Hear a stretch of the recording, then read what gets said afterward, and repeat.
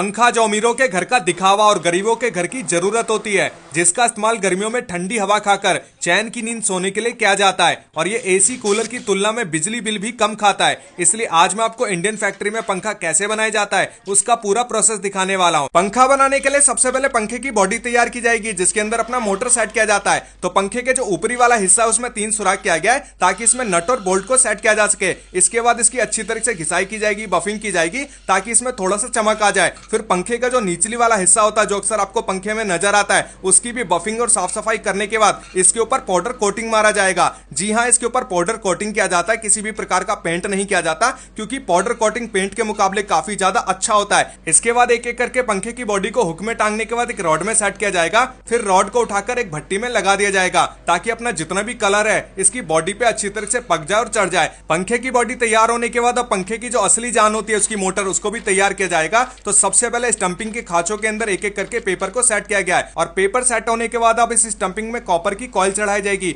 जिसके लिए इसको उठा के एक दूसरी वाली मशीन में लगा दिया गया है और यह मशीन ऑटोमेटिक तरीके से सारे खांचे के अंदर कॉपर की कॉइल चढ़ा देगी। पहले के जमाने में यही काम हाथों से करना पड़ता था, जिसमें बहुत ही ज्यादा टाइम लगता था और उतना परफेक्ट काम भी नहीं हो पाता था। लेकिन अब आधुनिक टाइम में आधुनिक मशीनें आ चुकी हैं, जिसका इस्तेमाल करके चंद सेकंडों के अंदर यहाँ पर सारा काम हो जाता है। कॉपर की कॉइल चढ़ने के बाद ये जो स्टंपिंग के बीच में जितना भी खाली जगह होता है इसमें भी पेपर को सेट कर दिया जाता है ताकि अपना जितना भी कॉपर का कॉइल है वो सुरक्षित रहे। इसके बाद इसमें कनेक्शन के लिए सबसे पहले कॉपर के कॉइल के ऊपर जितना भी एक्स्ट्रा लेयर होता है उसको केमिकल में डुबो के यहाँ पर निकाल दिया जाता है ताकि इसके अंदर करंट को पहुंचाया जा सके। अब इसका कनेक्शन किया जाएगा, जिसके लिए भैया जी यहाँ पर तार को जोड़ेंगे। तो सबसे पहले रेड तार जोड़ा गया जो कि अपना गर्म तार होता है। इसके बाद ब्लैक तार जोड़ा जाएगा जो कि ठंडा तार होता है। तो यही दोनों मेन तार होते हैं जिसके थ्रू अपना पंखा चलता है, पंखे में करंट पहुंचता है। तो दोनों तारों को जोड़ने के बाद अब इसकी सोल्डरिंग की जाएगी। तो भैया ने सबसे पहले इसके ऊपर केमिकल लगाया, इसके बाद इसको सोल्डर करके आगे रख देते हैं। इसके बाद एक दूसरे वाले भैया का काम होता है इन तारों के बीच में पतली पतली पाइपों को सेट करना,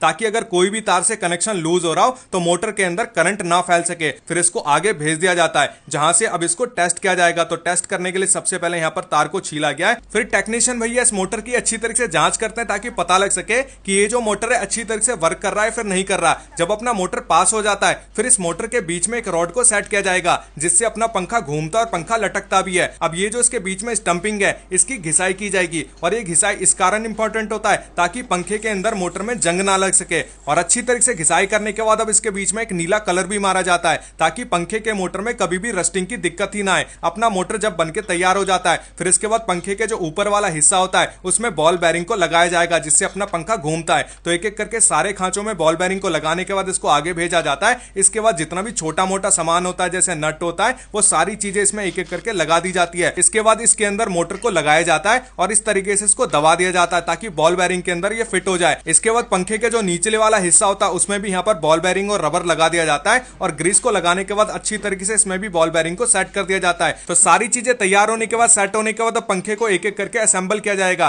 तो सबसे पहले पंखे की बॉडी में मोटर लगाया गया है, चक्री लगाई गई है। इसके बाद स्प्रिंग लगाने के बाद यहाँ पर पंखे का जो निचली वाला हिस्सा होता है उसको भी यहाँ पर लगा देने के बाद भैया आगे रखते रहते हैं। तो इस तरीके से भैया एक एक करके सारे पंखे को यहाँ पर असेंबल करेंगे और इसी तरीके से भैया यहाँ पर बॉडी को सेट करने के बाद इसको आगे भेजते रहेंगे, जहां पर ये वाले भैया सारे पंखे में यहाँ पर स्क्रू ड्राइवर की मदद से नट को यहाँ पर टाइट करते हैं ताकि अपना पंखा लूज ना रहे। और जब सारे नट बोल्ट टाइट हो जाते हैं इसके बाद भैया इसको घुमा के भी चेक करते हैं ताकि बॉल बेरिंग अच्छी तरीके से काम कर रहा है या फिर नहीं कर रहा वो पता लग जाता है। इसके बाद इन पंखों को आगे भेजा जाता है, जहां पर इन आंटी जी का काम होता है सारे पंखे में एक एक करके कंडेंसर को सेट करना। इसके बाद इन भैया जी का काम होता है सारे कंडेंसर का यहाँ पर कनेक्शन करना। अभी तक जितना भी काम पीछे हो रहा था वो सारा का सारा काम मशीनों द्वारा हो रहा था, लेकिन आगे जितना भी काम होगा वो सारा काम यहाँ पर इंसानों द्वारा हाथों की सहायता से किया जाएगा, क्योंकि भैया जितना भी बारीकी काम होता है वो हाथों से ही किया जाता है। इसके बाद इस पंखे को खूबसूरत बनाने के लिए, प्रीमियम बनाने के लिए बीच में यहाँ पर गोल्डन कलर भी लगा दिया जाता है। फिर अपना जितना भी तैयार पंखा होता है उसमें कनेक्शन करके इन्हें आगे भेज दिया जाता है। फिर इन पंखों को चेक किया जाता है कि इन पंखों में सही वोल्टेज आ रहा है, करंट आ रहा है फिर नहीं आ रहा। ये सारी चीजें चेक करने के बाद इनके ऊपर ओके टेस्टेड का स्टिकर लगा दिया जाता है। फिर इनको आगे भेजा जाता है जहां पर इनकी पैकिंग की जाएगी। तो पैकिंग करने से पहले यहाँ पर कंपनी का नाम, लोगो, एड्रेस सब कुछ लगा दिया गया, साफ सफाई कर दी गई है। अब इसको पन्नियों में पैक करके बॉक्स में पैक किया जाएगा। तो ये देख सकते हैं भैया ने इसको बॉक्स में डाल दिया है। फिर पंखे का जितना भी जरूरी सामान होता है